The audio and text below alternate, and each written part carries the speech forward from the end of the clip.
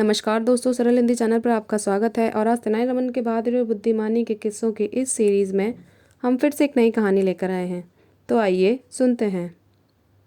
राजा कृष्णदेव राय के महल में एक विशाल उद्यान था।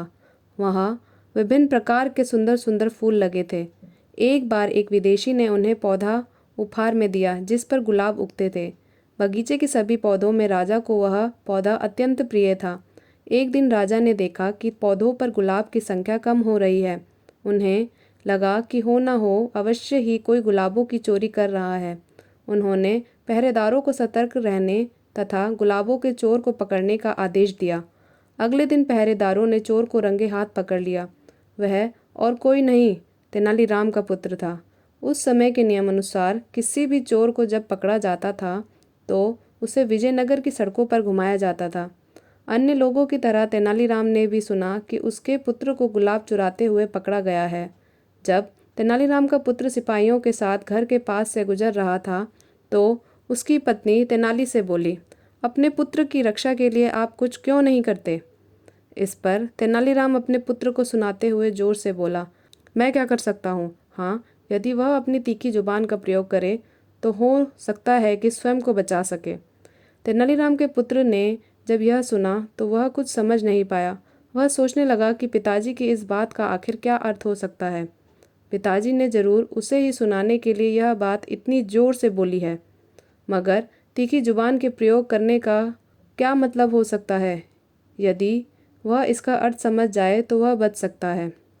कुछ क्षण पश्चात उसे समझ में आ गया कि पिता के कहने का क्या अर्थ है।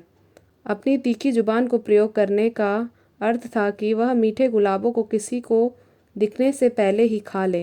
अब क्या था? वह धीरे धीरे गुलाब के फूलों को खाने लगा।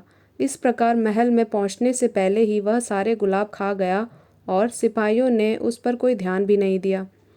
दरबार में पहुंचकर सिपाहियों ने तेनालीराम के पुत्र को राजा के सामने प्रस्तुत किया और कहा, महाराज, इस लड़के को हमने गुलाब चुराते हुए रंगे हाथों पकड़ा। अरे, इतना छोटा बालक और चोर? राजा ने आश्चर्य से पूछा। इस पर तेनालीराम का पुत्र बोला, महाराज, मैं तो केवल बगीचे से जा रहा था, परंतु आपको प्रसन्न करने के लिए इन्होंने मुझे पकड़ लिया। मुझे लगता है कि वास्तव में ये स्वयं ही गुलाब चुराते होंगे। मैंने कोई गुलाब नहीं चुराया। क्या आपको मेरे पास कोई गुलाब दिखाई दे रहा है? यदि मैं रंगे हाथों पकड़ा गया हूँ तो मेरे हाथों में गुलाब होने चाहिए थे। गुलाबों को ना पाकर पहरेदार अचंभित हो गए। राजा उन पर क्रोधित होकर बोले, तुम एक सीधे साधे बालक को चोर कैसे कह सकते हो? इसे चोर सिद्ध करने के लिए तुम्हारे पास कोई सबूत भी नहीं है।